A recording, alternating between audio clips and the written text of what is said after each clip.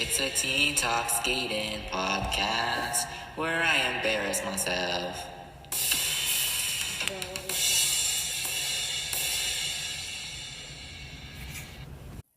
Hello, and welcome to episode number 85 of the Teen Talks Game podcast. My name is Van Gogh, and I hope you guys are all doing really well. I have to say that it feels like it's been so long since I last recorded a podcast episode. Sorry, I gotta move my computer. And I don't know why, because it's actually just been 1 week since I recorded the last one, but I feel like so much has happened in the last week, both in the world, but also in my personal life. So much stuff with school, so much stuff with all the things I'm involved in. And I just feel like there has been so much time between the time I recorded the last episode and this episode, even though it's been the same amount of length as any other week. But yeah, a lot has definitely happened in my life, but I always love to come back here to my podcast, obviously. I feel like this is my comfort place, and I just like getting to talk about, oh my god, the air conditioner is still on. I like getting to talk about the things that I just like to talk about, and one of those things, obviously, is the wonderful sport of figure skating, and so I'm happy to be here after such a long week, such a tiring week for sure. I need to give myself a slap in the face because I forgot to pre-upload the last episode, so I like upload them before they usually are actually uploaded, so like it schedules the upload for me. And I literally forgot to do that last week, so it ended up coming out at like 1 o'clock instead of like 12 p.m. as I usually do. But let's not do that. I don't know. Let's not do that this week. But I hope you guys are all doing very well. School is going well. I won't say it's like easy, but it's definitely a lot of hard work that I'm doing, and a lot of progress coming out of it. And yeah, I guess I'm becoming a better person through life and whatnot. But we'll definitely see. I hope you guys are all doing well with school and work and everything. But I think this is going to be a really big episode. So let's head over to our program of the week before I waste any more time. Let's go there.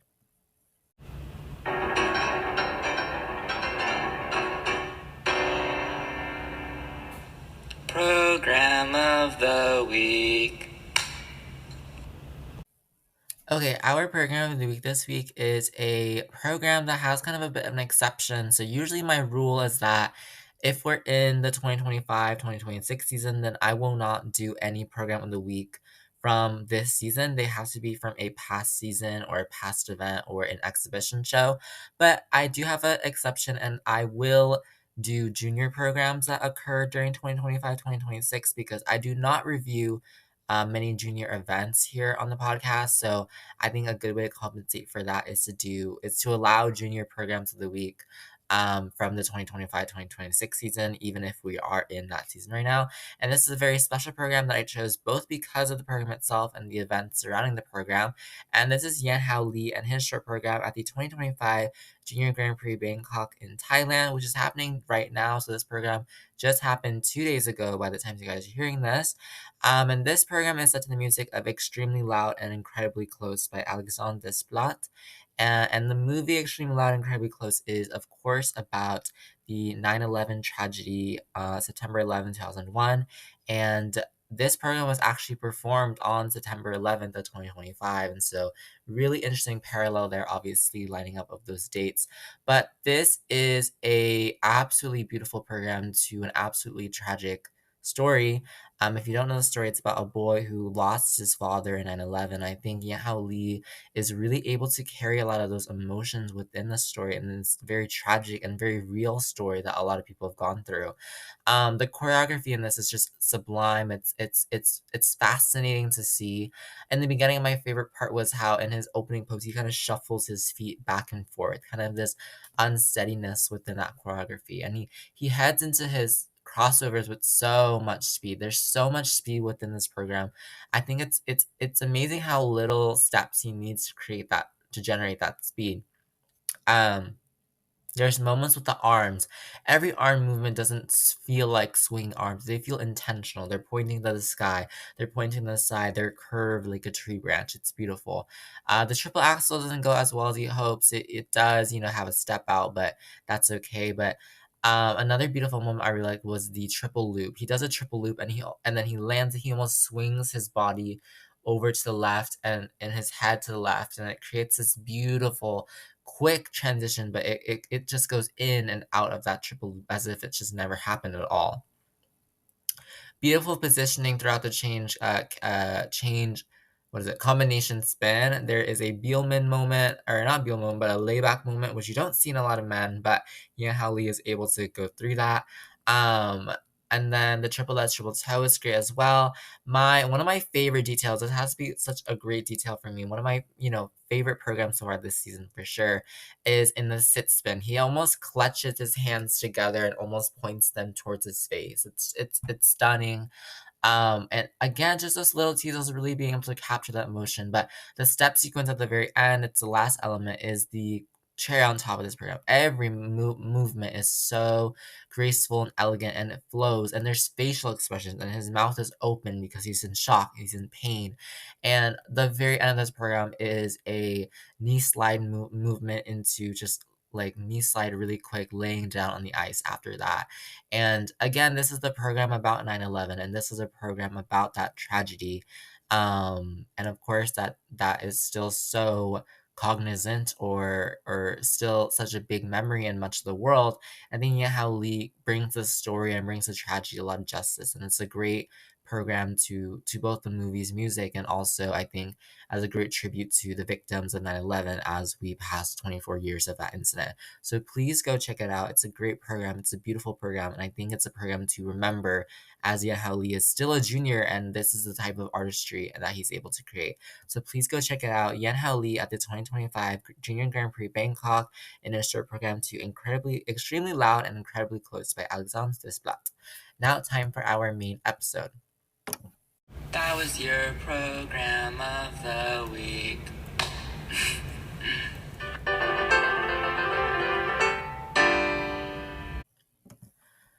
Okay, guys, so today we continue the 2025-2026 Olympic season by discussing a few more competitions that are quite important and quite interesting to kind of start off the beginning of the season, looking at the trajectory of these skaters. We have two Challenger Series events, including one brand new one that I'm very excited to discuss because I think it's really interesting to see how we're getting new Challenger Series events, new opportunities for skaters to skate all around the world. And there are a lot of big names at these competitions to discuss this week, and certainly a lot of interesting results to see. Um, I think that, it is so important to recognize that, again, this is still the beginning of the season. Let me repeat that it is only September and it's mid September. I think a lot of people tend to overreact. I said this a couple episodes ago, I think about Cranberry Cup as well. Like, I feel like a lot of people tend to overreact a little bit. I'm not judging anybody, but people tend to overreact a little bit and say that, oh my gosh, my favorite skater did so bad in this one competition in September. They're never going to win Olympic gold. They're never going to do this. They're never going to do that. They're not going to get top 10. They're not going to, oh my God, what if they don't even go to the Olympics? And it's this like spiraling that people go through when like their favorite skater does not do good at a September competition.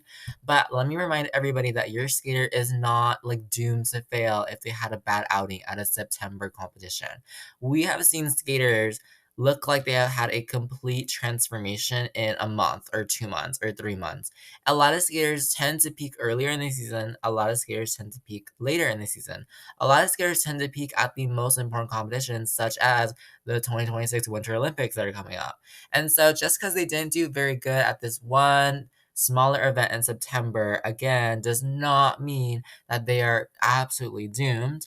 As we get closer, especially probably the November area, the December area, yes, it is a little bit more serious. And if your favorite skater is kind of doing not so well there, yeah, I think that is maybe a bit of concern about their consistency, if they're going to win Olympics, etc. But, I think August, September is a little too early to be able to really say, you are such a failure and disgrace to society. I hate you. I don't want you to be my favorite skater anymore. Stuff like that. So let me just remind everyone to calm down a little bit. These results are important, but they are not defining. I think that's the main thing. These are not defining and representative of how a skater's whole season is gonna go. Okay, like just take a breather. We can all breathe. Okay, breathe, relax. Just I write that down on my checklist every day. Breathe and relax, and just do that, and you will be set. I promise. So again, I wanted to explain what these events are. The Challenger Series, as I discussed a few episodes, I'll usually do a few episodes about the Challenger Series, but not all of them as we get closer to the end of the season. But the Challenger Series is a set of events that are underneath in level, below the level of the Grand Prix series in figure skating. But the Challenger Series takes place. There's I think 8 events, 9 events, something like that, with that where skiers can go compete. These are smaller competitions, but these competitions usually have a few big names thrown in there.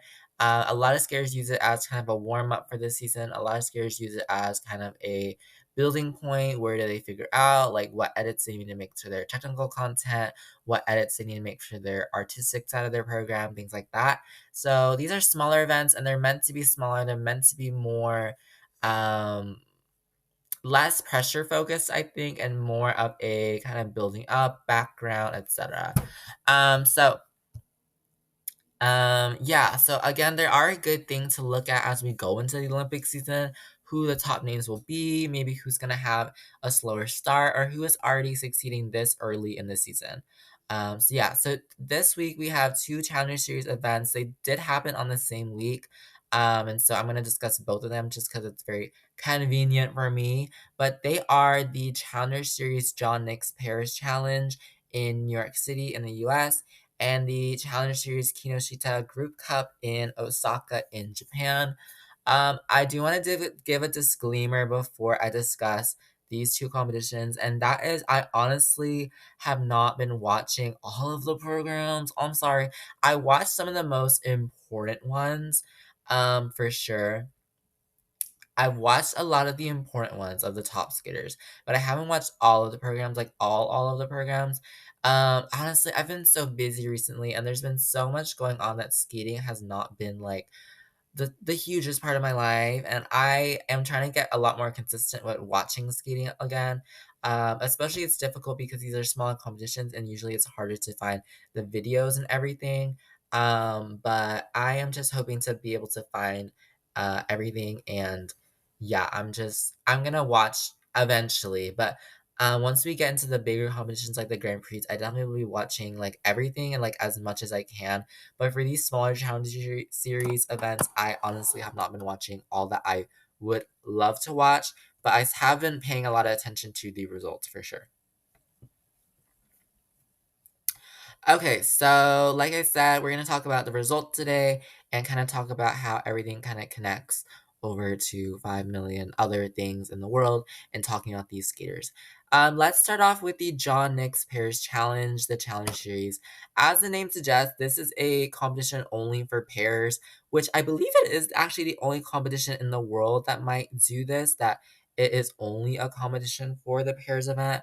I do think this is quite interesting, but only pairs got to compete here. There were no men, no women, and no ice stands, just the pairs event.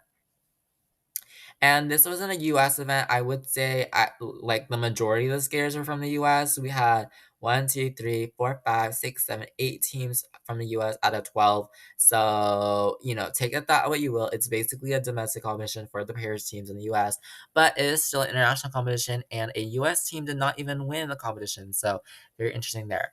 I want to start off in fourth place and with the team of Emily Chan and Spencer Howe. I think Shannon Howe had actually a very interesting story after this last quad. Over this last quad, I mean. They seemed, after the retirement slash departure from the sport of Knierim and Fraser, I think Shannon Howe really did seem like the most primed to kind of take that spot and kind of rise up. They became they were second at US Nationals back in 2022, 2023, the last Nationals that Kinnear and Frazier were at. And then they had a lot of struggle with injury in 2023, 2024. And then this past season was not the most successful for them. They were fourth at Nationals.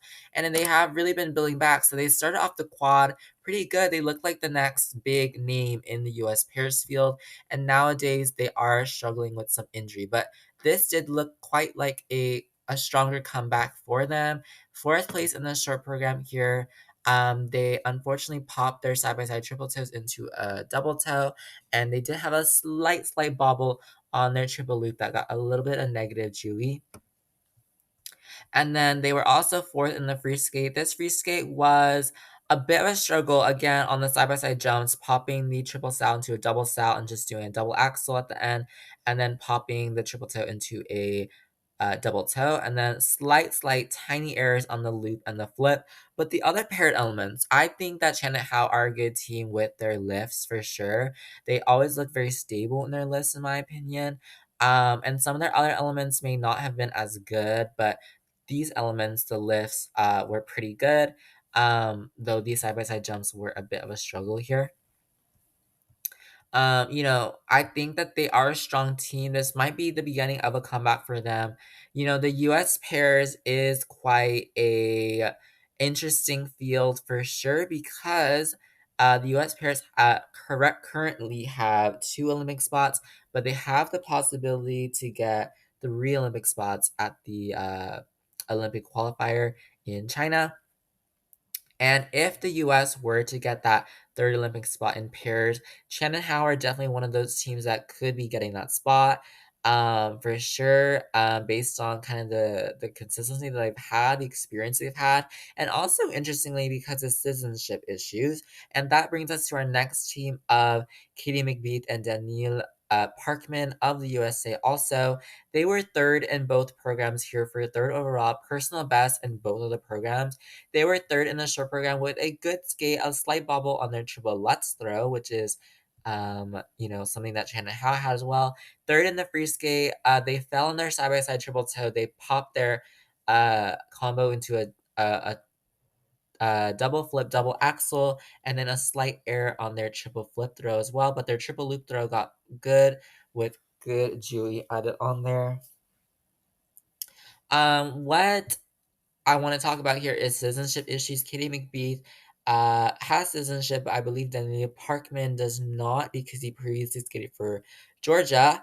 And that might be an issue because McBeath and Parkman were second at US Nationals this year. They seem like, again, a team that could be taking that Olympic spot for that third Olympic spot if the US does end up earning that spot. But, depending on citizenship issues, we may or may not see them get that spot, and maybe a team like Shannon Howe will be the ones to get it instead. And so I guess this one, I don't know. The pairs in the US is a little complicated because of these citizenship issues. And so I don't want to make a definitive yes, no answer um, that has so little like information behind it because yeah. Anyway, in second place is the team of Efimova and Mitrofanov of the US. They were second in both programs for second overall here. And if you remember them, they at Worlds had the most amazing, lethargic, energetic free skate that I've seen in quite a while. I feel like from the Paris deal. This Paris skate just had so much behind it. The audience was so behind it. It was in Boston, and just it was so much love and so much energy packed into that. Here in the program, in the short program, they were second. A common mistake here, they pop a triple toe side by side into a double toe.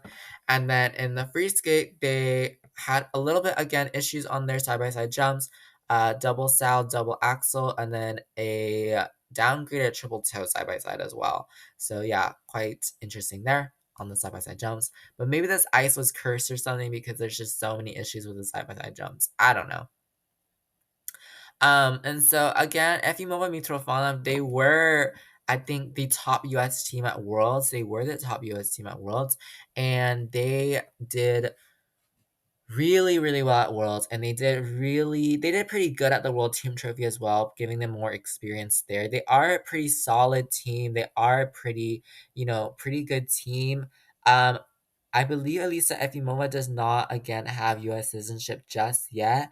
I believe that she has applied for it, if I remember correctly, from seeing on Reddit, but I'm not too sure about how that has gone just so far. But, they have really good results. They were the US national champions, and if she does get citizenship, I think Efimova Mitrofanov are really lock-ins and, shoo-ins for the Olympics.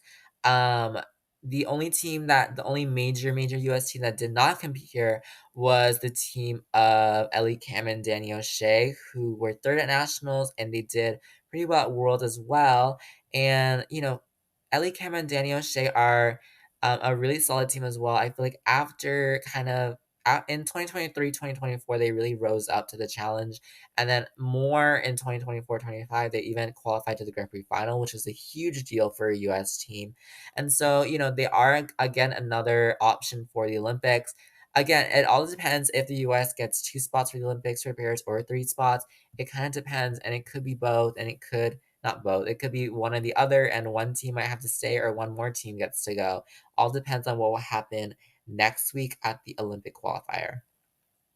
Um, the next team is the team in first place. Again, this is the team not from the US. The team from Canada, Deanna Stellato and Maxime Deschamps, the amazing team with their wonder story of these two partners coming together after so much time, so many partners, and just an incredible story. And, you know, Stellato and Deschamps have been very much in the conversation for an Olympic medal, even the Olympic gold for some seasons now. It was back in 2024 when they were really in that competition because they won Worlds in 2024 in Montreal, in Canada, in front of their home crowd, and they just did so amazing there. But this past season, they did have a few issues here and there. I believe they were fifth at Worlds for pairs, and they had a couple, inconsistencies throughout the season. They were still a really solid team, but it wasn't, the undefeated, I believe, or almost undefeated season they had had the season before. They had a few struggles. They were fifth at Worlds. They weren't doing the absolute best, but they weren't doing the absolute worst either. But a couple of struggles with consistency here and there. Here was a pretty solid result, not the best, but solid. They popped a triple toe into a no toe. It doesn't even say single toe, no toe in the short. And then in the free skate, they did a couple other errors: triple toe, single axle, double axle for their combo with a little negative Dewey, pop triple sow into double sow, and then a fall on the triple loop throw. So, a couple errors there, but still, again, relatively solid from Stellato and Deschamps. I really did enjoy how they did a backflip. It was a pairs assisted backflip in, I believe, the short program, and it's exactly what it sounds like. Deschamps kind of like throwing Deanna Stellato into a backflip, if that makes sense. It's kind of crazy to think about. But I remember before they had like an interview and say, we're planning something special for the competition or in our programs. And everyone's like, what is it? And they did a black backflip. But what I want to talk about, Stellato and Deschamps, like I said earlier, have been in the conversation for an Olympic medal, maybe Olympic gold. If they did win, it'd be the story, I think, of the century in figure skating. Hoping to work on those consistency issues to really make sure that Olympic medal is more of a lock for them. Right now, they definitely could be top 5, but really want to get into that top 3 for sure. And so that was the John Nix Pairs Challenge results. But just a few days later, we had to go over to Osaka in Japan for the Challenger Series Kinoshita Group Cup, which is a brand new Challenger Series. I think they introduced this one honestly because there were not any Challenger Series competitions in Japan or in Asia, honestly. The majority of the Challenger Series events are in Europe, and so I think this is a really good idea from the ISU, from the Japanese Skiing Federation, to have a Challenger Series event happening in Japan, which is really cool to see more people from the Asian area not having to travel so far to Europe to compete. This competition did have all 4 disciplines: the men, the women, the pairs, and the dance fields.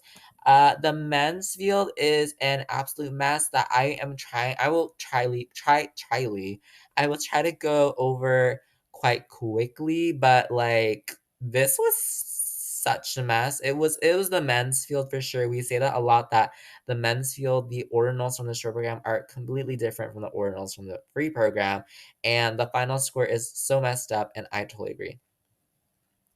I'm gonna start in 10th place here. In 10th place here from the US, we had Jimmy Ma, who is the bronze medalist from the 2025 Four Continents. Here, Jimmy was 5th in the short program with a pretty solid skate, no negative GUE. Maybe some of those GUEs could have been higher, but a pretty solid skate there. And then he was an unfortunate 11th in the free skate. This was kind of an unfortunate program for him.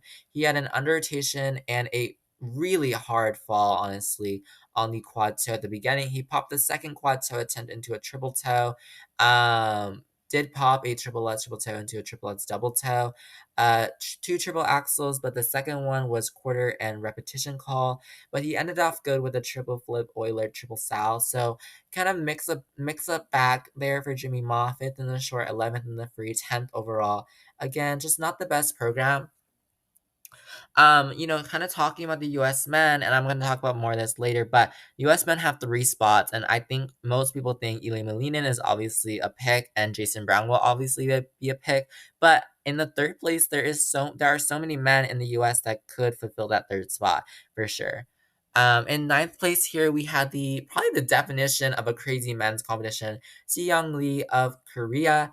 He was 13th in the short program, with a really not a good program here, unfortunately. A quarter fall on the triple or the quad toe, triple axle step out, and a triple Lutz with a no combination because he fell on it. Or no, he did not fall on it. Just no combination. Sorry. But after 13th in the short, here it is, people. 2nd in the free with a relatively clean skate. The only mistake he made was a little bit of issue on the triple Lutz triple toe in the second half of the program. But again, 13th place short, 2nd place free, 9th overall. How does that happen? I don't know. Next, we have a similar scoring line to Jimmy Ma, and that is from Kao Miura of Japan. Now, Kao Miura is a really good skater. He has really, really been, a big name in Japan over these last few seasons. Last season, unfortunately, was just not his best season at all. He started off so good at a domestic competition with almost 300 points, and then over the season, it just was 230s, 240s. It was not the best at all. Here he did again have a little struggle. He was 6th in the short program, air on the quad sal, and then he just did a triple toe as his combo. And then in the free skate, he was 10th place with a underrotation on the quad loop, a pop double toe, a pop triple sal, a fall on the quad toe, and yeah, I think he is kind of trying to build back his consistency. Unfortunately, Kalmir has not had the best, history last season with the consistency issues. I'm hoping he can recover because Japan has one of the most competitive men's fields in the world, and this could be a very competitive field for that. 7th place was Alexa Rakic from Canada. He's one of my favorite up and coming skaters. I like his style of skating, nice flow, clean short program here. Got his jumps done. Would have wanted a lot better Julie on his jumps, but he got the quad toe down, triple axel, triple loop, triple toe, really good. And then in the free skate, he was 8th with an okay program. Quad toe was done well. I'm not sure if he was trying a quad sal for the first time, but he did do a triple sal. Under rotation on the triple axle double toe, and then a downgrade on another triple axle, and then a quarter on the triple flip. But I really do like Alexa Rakic skating, and I think that he has a good flow, good future for the Canadian man. I'm hoping that he is able to really build a future for that. The Canadian men only have 1 spot for the Olympics, so, probably going to go to Roman Sadowski, but I don't know. Maybe Alexa Rakic is going to say something about that. I don't know. In 6th place is an up-and-coming star from Korea, that is Jae-kyun Lee. He was 7th in the short here with a personal best, just a quarter on his quad toe, and he was also 7th in the free skate with a fall on quad toe, quarter on the triple axle, and an unfortunate fall at the very end on his very last spin, the flying change foot combo spin, unfortunately falling on that last element, but still did well enough here to get a personal best and overall score. Definitely someone to look out for. Maybe someone to go to the Olympics with Korea because Korea has 2 spots, if I remember correctly. Yeah, I think they do. In 5th place was a star from the last season, someone who really came up in Japan as a name, a big name.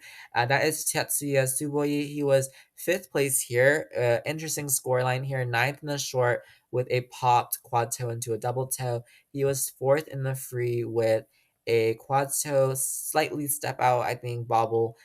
Quad sal triple toe air, quad sal quarter on the fall as well, and then a triple Lutz from the unclear edge. And he is another young star from Japan, Tetsuya Suwoi. He surprised us all with a third, it was, I think, at Japan Nationals, but then he went to Worlds. He didn't do as great as he would have hoped at Worlds for sure.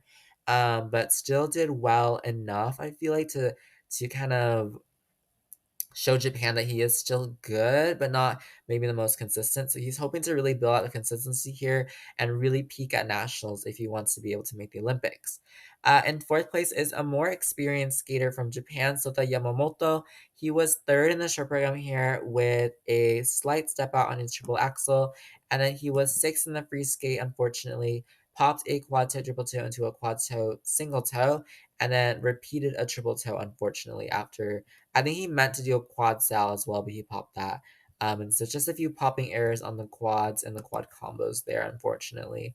But he's a more experienced skater. He has been to Worlds. He has been competing for quite some time, ever since the quad before. He has a silver medal from the Grand Prix final. He's had all these great results. And he's definitely able to put things together, and I'm hoping that maybe his season will get better. But again, Japan is a very competitive field, and those spots could really go to anybody. In third place was a very pleasant surprise, very good skate from a US skater, Tomoki Hiwatashi. He was fourth in the short here with a clean program, and then he was third in the free skate with a okay program, under rotations on both his quad toe attempts, and then some very slight errors on his last two jumping passes. But I think this is interesting that Tomoki Hiwatashi did really well here. Because again, like I said earlier with Jimmy Ma, the US men's field third spot is wide open. I believe there are about maybe four men who can really compete for that spot. Tomoki Hiwatashi definitely put in his name as one of those men who can really compete for those spot. One spot for four men, they can't share, so one of them has to go, the other three have to stay home. And maybe this is the beginning of Tomoki Hiwatashi really saying that he is here to play and he is here to stay. In fact, he was only 0.07 behind the second place finisher here as well. So it's a really interesting thing to see him rise up in this very important season for the American man. Speaking of that second place finisher, it's one of my favorite skaters from Japan, Kazuki Tomono, who was second in the short program here with a okay skate, quad toe, double toe, step out, I believe, and then a triple axel air as well. But got a really good quad sal done. Two quads in the short is not easy. Lots of mistakes there can be made. The free skate was interesting. Quad toe, double toe got an error. Popped a quad sal into a double sal, maybe a quad loop, but I don't think so, into a triple loop. I'm downgraded on an Euler attempt. I don't know, and then triple flip, triple toe, a little bit error. Last jump was the triple axel, which is cool to see him do such a hard jump as the last one, but did pretty good there. So yeah, he ended up second overall, hanging on to that second place position after the short, after an unfortunate free skate. Now the star of this event, winning by over, how much is that? About 17 points, was from Korea, Junwon Cha.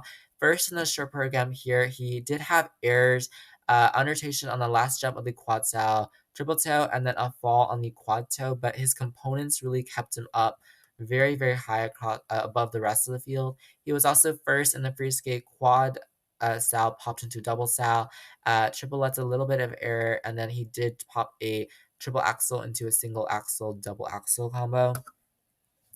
But still a decent skate. He's doing Moulin Rouge for his free skate, which I thought was a very interesting take, a very interesting, vibe that I did not necessarily think that Junwon Cha would do, but really great. So yeah, that was the men's event here at the Kinoshita Group Cup. Third was Tomoki Hiwatashi, second Kazuki Tomono, and first Junwon Cha. But a lot of big names like Jamie Ma and Kalmira also here in the mix. Maybe did not have the competition they wanted, but definitely still have put their names in the mix. Now let's go over to the women's field, because the women's field actually made me like rip my eyeballs out, because these results were actually so crazy. Who made them up? I do not know. Let's start at 11th place. In 11th place was Wakaba Higuchi, who was reported as being sick here. So unfortunate result for her. But Wakaba Higuchi had the comeback season of her life, probably last season. It was such a great comeback from the Japanese skater. Here she was sick, unfortunately, dealing with that six in the short program, unclear edge on the triple flip, and then a fall in the step sequence in the short, unfortunately. And then in the free skate, 11th with couple pops, couple under rotations, just not her best program. But I'm hoping she builds back strong from that fever or whatever illness that she had because I love seeing Wakaba. I remember her joy. I will remember her free skate at Skate America last year like forever. I loved it so much. It was Stranger Things. It was running up that hill. It was so good. In 10th place was Madeline Skizes, uh, who is Canada's top women right now, and kind of an interesting scoreline here, a very much a men's scoreline. I feel like she was third in the short program with a really solid skate, really clean. She even got the best combo in the short program across all the women. Very solid in the short with that third place finish.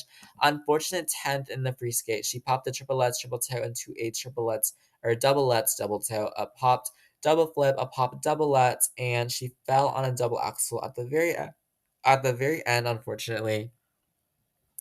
She's keeping her butterfly lovers program, which I really do enjoy.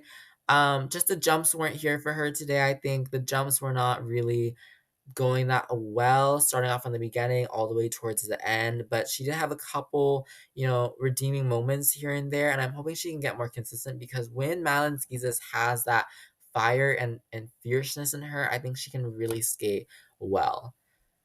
In ninth place was Asun Yoon of Korea. She was ninth in the short here, a couple undertations in the short program, unclear edge on that triple flip, and then ninth in the free skate as well, undertation on the triple toe, and a couple other quarter calls, unclear edge calls as well. So another skater who is, struggling more with the underrotation side, with the edge call side, but the actual quality of skating I think is quite pretty. It's pretty good. Is pretty good. I think she was at a Grand Prix in Finland last year, I believe she was at, where I did enjoy her skating there and seeing that. The Korean women's field is also very competitive. I believe the Korean women have two spots for the Olympics. Or was it? I think it's only two. I don't think they have three. So we'll be competitive there. In eighth place, we had Hana Yoshida of Japan, who, I feel like Hana Yoshida had a pretty decent season last year. She won a Grand Prix last year. She went to the Grand Prix final, had a couple good results here and there. Maybe did not get to go to Worlds, unfortunately, but had a pretty good results here and there. Here she was 11th in the short, quarter on the triple lutz, under rotation on the triple toe, and then a downgrade and edge call on the triple flip, which is really unfortunate. And then in the free skate, she was sixth. She did attempt a triple axel, did have a very big step out on it with an under rotation, but still did pretty good. And she popped a triple lutz into a double lutz at the very end, but somewhat redemptive after that unfortunate short program. My nose is like getting stuffy. I don't know. After I talk so long and so much. In seventh place, we had Haein Lee of South Korea. Here she was seventh in the short, seventh in the free. Again, under-rotations on her jumps in the short program, and then same thing in the free skate. Under rotations in the free. No pops as far as I can see. Just under rotations were her main point grabber. For sure, this was a tough technical panel, I think, based on what I'm seeing. Yeah, tough technical panel, but, very interesting results still, for sure. Okay. Okay, now we have who is next. Sixth place was Mako Yamashita. Mako Yamashita is a skater who pops up in Japan, like, interestingly. She had a really good result at Japanese Nationals, I think 2 years in a row now. Even though that she might not be doing so good internationally, she has been doing pretty good, interestingly, domestically here and there. Here's a good example of how she is pretty successful, but a little still inconsistent. While she was sixth place here, she was actually 12th place in the short program with a fall on the triple lutz and loss of combo and a triple flip unclear edge and under rotation, but a very redemptive free skate, which was fourth place. She had a really clean program except for a quarter on a triple loop. But again, she is kind of like either has a really good short and a okay free, or a okay short and a really good free. And she had a really good free skate here at this event, not the best short program. And so I think Maki Yamashita is a very interesting skater. I honestly hope they give her more international events. She has competed internationally in the past, but I hope they give her maybe another challenge series later in the season, or just something else that can help us see where her potential really is, because she does have good results here and there. And I wonder how she could become more consistent, because when she's on like she was in that free skate, she is pretty dang good at skating for sure. She's pretty dang good. But yeah. In fifth place, we have Brady Tennell. Brady Tennell coming back. Last comeback season was hard and then so beautiful at the end, winning that silver at Fort Continents. Brady Tennell here, she was fifth in the short program, a quarter on the triplets, under rotation on the triple toe. And then in the free skate, she was eighth place with again a few under rotation mistakes. Again, no pops, but just the under rotation mistakes were a little difficult to come back from there. But if she can really replicate those skates like she had at Fort Continents, she is really on. I honestly think that she was having a similar situation last season, where the beginning of the season wasn't as good, but then as she went on and on and on, I think she really did get better and better and better. And maybe she is hoping to peak at nationals for the US women, because the US women have three spots, but again, super competitive field there. And I will discuss that with the Japanese women later as well. Rinko Watanabe in fourth place of Japan is, I feel like, the drama feisty queen of Japan. I think she has such great confidence. I don't know. She looks so confident every time she skates. Like, I wish I had the level of confidence. Here in the show program, she did try a triple axel and she fell on it, unfortunately, but it was fully rotated. And then in the combo, she under rotated the triple loop and unfortunately did not get that combo off of it. In the free skate, she got a third place free skate, which is really good. She did a triple axel, triple toe that was so big and so amazing to watch. And then unfortunately had a few errors on the other jumps. Triple flip quarter with an unclear edge, and another downgrade on another triple axel attempt, and an under rotation on the triple loop at the end. She has been attempting quad salchows as well. Rinko Watanabe has really been one of the skaters, not the only skater, but one of the skaters who has really pushed forward the technical capacity in her skating in Japan. And, a couple issues with the consistency here, but if she's able to get those triple toes done and other jumps done as well, she could be a real threat based on her technical score. Maybe not so much the components, but her technical score can be quite strong when it is on. Okay, and then in the third place position here is a very new skater, only 185th ranked in the world, compared to a lot of other big names here. 100 places, 200 places in front of her, not 200, like 150 places in front of her. And that is from Japan's Saki Miyake in her first international debut. This was a debut for sure. This is a international debut. For sure. This is an amazing debut for her. She was second in the short program with a 70.29 program in her international debut. She had a clean program. Glorious, glorious, glorious. And then in the free skate was a little bit of struggle. She did try a triple axel again in her first senior international event.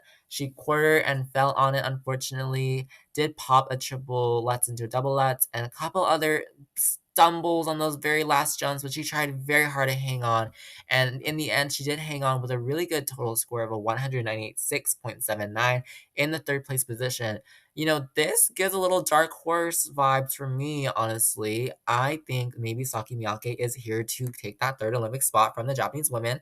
The Japanese women have so much potential. Any of these Japanese women that I have mentioned today in this episode or in other episodes have the potential to go to the Olympics and have the potential to win a medal.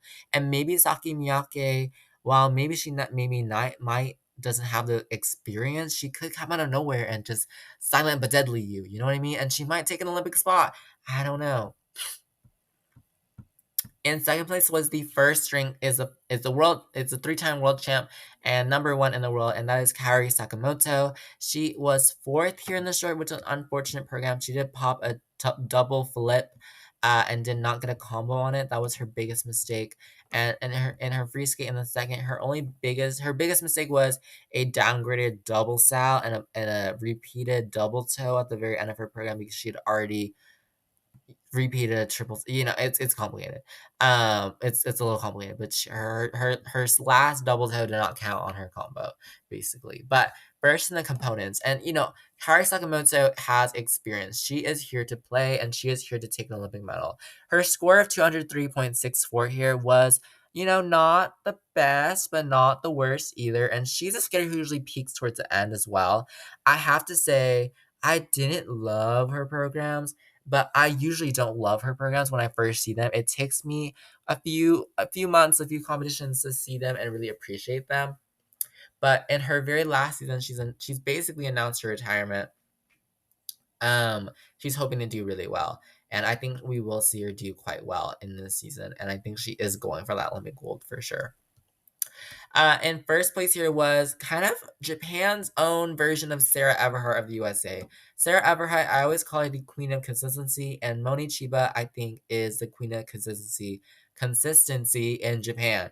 Here she was first in the short program with good skate except a quarter on her triplets, and then in the free skate she had a clean skate except a undertation on the triple sal and a quarter on the triple flip, but otherwise really really solid and a personal best overall with 216.59 points, winning by about 13 points there.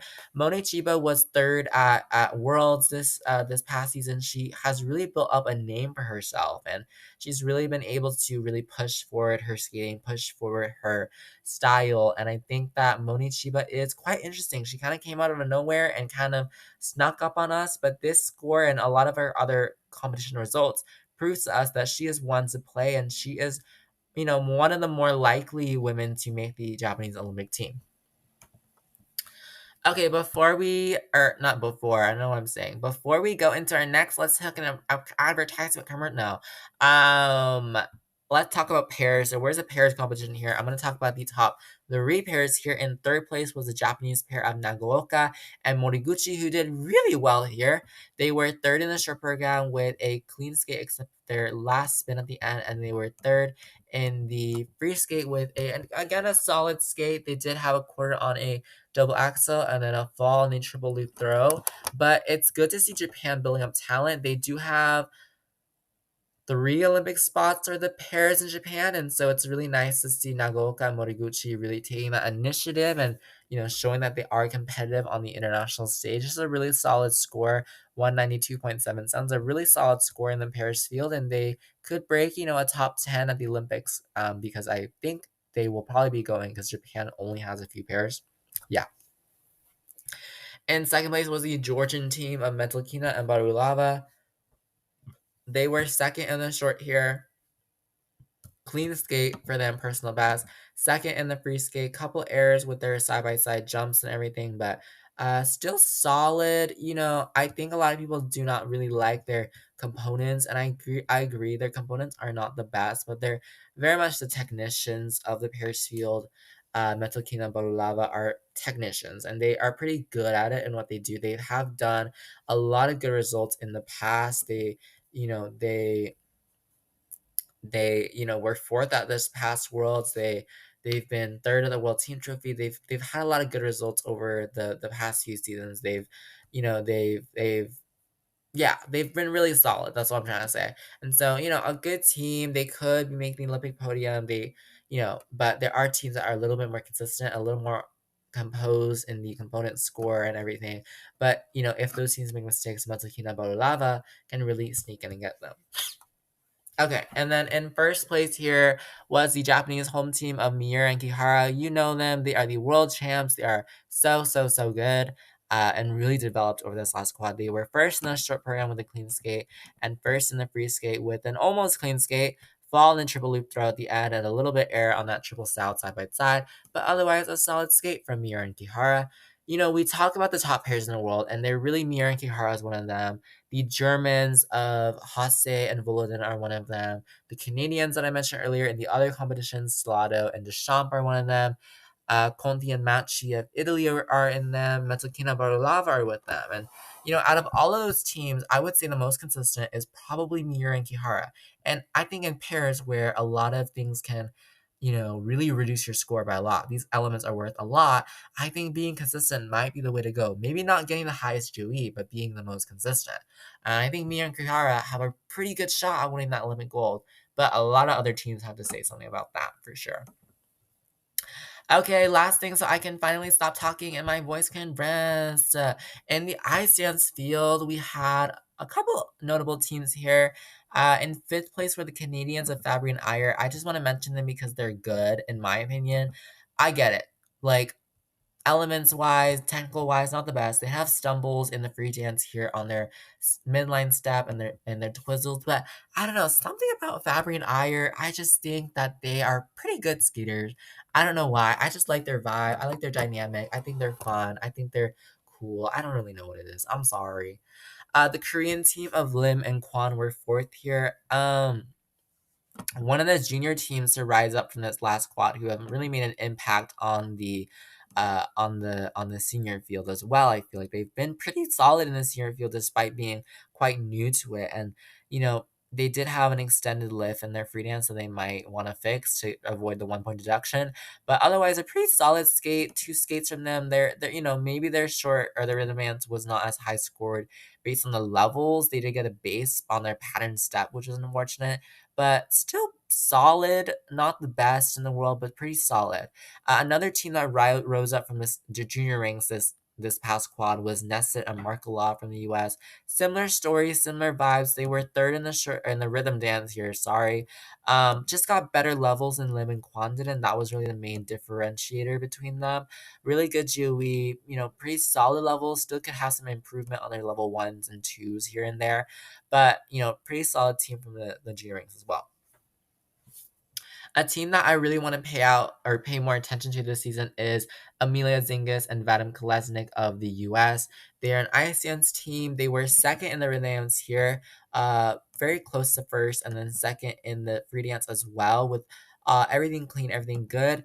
The reason why I said I wanted to pay attention to them is because they are a US ice dance team, and there are three spots for the US in ice dance, and it is an intense competition for sure. It is a very intense competition. There is no way around saying that it is an intense competition because it is, and a lot of teams could go for that. There are kind of two lock teams, Chalk and Bates and Carrera Panamarenko are seen as like the lock teams that will probably go to the Olympics and then or most definitely go to the Olympics. And then teams like Green and Parsons or Zingis and Kolesnik are kind of in that on the threshold. Are they gonna go and get that third spot? Are they not? It will be very tense. And I think Zingis and Kolesnik have that very big chance to make the Olympic team. Yeah, I believe Vadim Kolesnik just got U.S. citizenship as well, so congratulations to him. Unless it was someone else, I'm pretty sure it was him. Yeah. And then lastly, in first place here was the Canadian team who's done really well here for themselves.